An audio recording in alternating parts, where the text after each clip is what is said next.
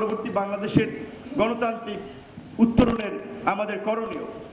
আমরা অভ্যুত্থান ঘটিয়েছি, অভ্যুত্থানের পরে ডক্টর ইউনূস সরকারের নেতৃত্বে যে উপদেষ্টা পরিষদ গঠিত হয়েছে, আমরা খুব আশাবাদী ছিলাম, আমরা খুব মোহে পড়েছিলাম যে আমাদের দেশের একজন প্রধান উপদেষ্টা, বিশ্বের অত্যন্ত সম্মানিত সমাদৃত ব্যক্তি, তার নেতৃত্বে একটা সরকার হলে অর্থনৈতিক সামাজিক উন্নয়ন অগ্রগতি আমরা অনেক দিকে এগিয়ে যাব। কিন্তু 11 মাসে আমরা দেখেছি আসলে আমাদের সেই স্বপ্ন কার্যত একটা দুঃস্বপ্নে পরিণত হতে যাচ্ছে। সেই জায়গা থেকে এখন যা হয়েছে তো হয়েছে, এখন আসলে আমাদের একটা গণতান্ত্রিক প্রক্রিয়ার দিকে যত দেরি হবে, এই ড্যামেজটা তত বেশি হবে এবং কন্ট্রোলের বাইরে চলে যাবে। সেই জায়গা থেকে গণতান্ত্রিক উত্তরণের জন্য বাংলাদেশের আমরা যে সংস্কারের আলাপ করছি, সেই সংস্কারের একটা অংশ একটা অবাধ, সুষ্ঠু, নিরপেক্ষ নির্বাচনের প্রক্রিয়াকে এনশিওর করা, যেটা গত 16 বছর ছিল না। আর এই নির্বাচনের প্রক্রিয়াটা না থাকার ফলে, জনগণের ভোটাধিকার না থাকার ফলেই কিন্তু এই ফ্যাসিবাদ তৈরি হয়েছিল।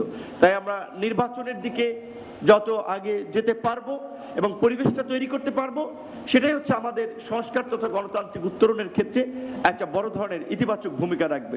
পাশাপাশি আমাদের রাজপথের আরেকজন সহযোদ্ধা, সংগ্রামী তরুণ রাশেদ প্রধান, হয়তো সে আন্দোলনের সমন্বয়ক না, ওই রকম ভাবে অনেকে পত্রিকায় লিখবে না, টেলিভিশনে লিখবে না, তার মতো একজন আমাদের মতো সেম এইজের তরুণ বরাবরই কিন্তু রাজপথের লড়াইয়ে অগ্রগামী ছিল। সংখ্যায় তার দলের লোক কম ছিল, আমরা কম ছিলাম, কিন্তু কলিজায় অনেক বড় কলিজা নিয়ে আমরা ওই আওয়ামী লীগের শেখ হাসিনার সামনে দাঁড়িয়ে প্রকাশ্যে বলেছে হতে হাসিনা হতে হারাম। যেমনিভাবে 24-এর নির্বাচনের পরে আমরা এক দফার আন্দোলন এক দফা হঠাৎ করে ঘটে যায়, এক দফা তো 22 সালেই যুগপৎ আন্দোলনের মধ্যে দিয়ে আমরা পরিষ্কারভাবেই বলেছিলাম যে এই গণতন্ত্র হত্যাকারী ঘাতক সরকারের পদত্যাগ, অবাধ, সুষ্ঠু, নিরপেক্ষ নির্বাচনের দাবিতে, নির্বাচনের এক দফা দাবিতে যুগপৎ আন্দোলন। সুতরাং সেই এক দফা আন্দোলন থেকে শুরু করে সমস্ত আন্দোলনের রাশেদ প্রধানদেরও ভূমিকা ছিল।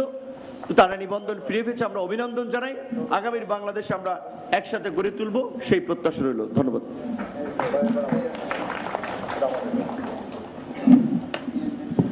অনেক ধন্যবাদ নুরু ভাইকে। মানে পলাশ ভাইকে অফিসে চলে যেতে হবে আর ইরান ভাইকে যমুনায় যেতে হবে, দুজনেরই তারা, আপনারাই ঠিক করেন। আচ্ছা, ইরান ভাইকে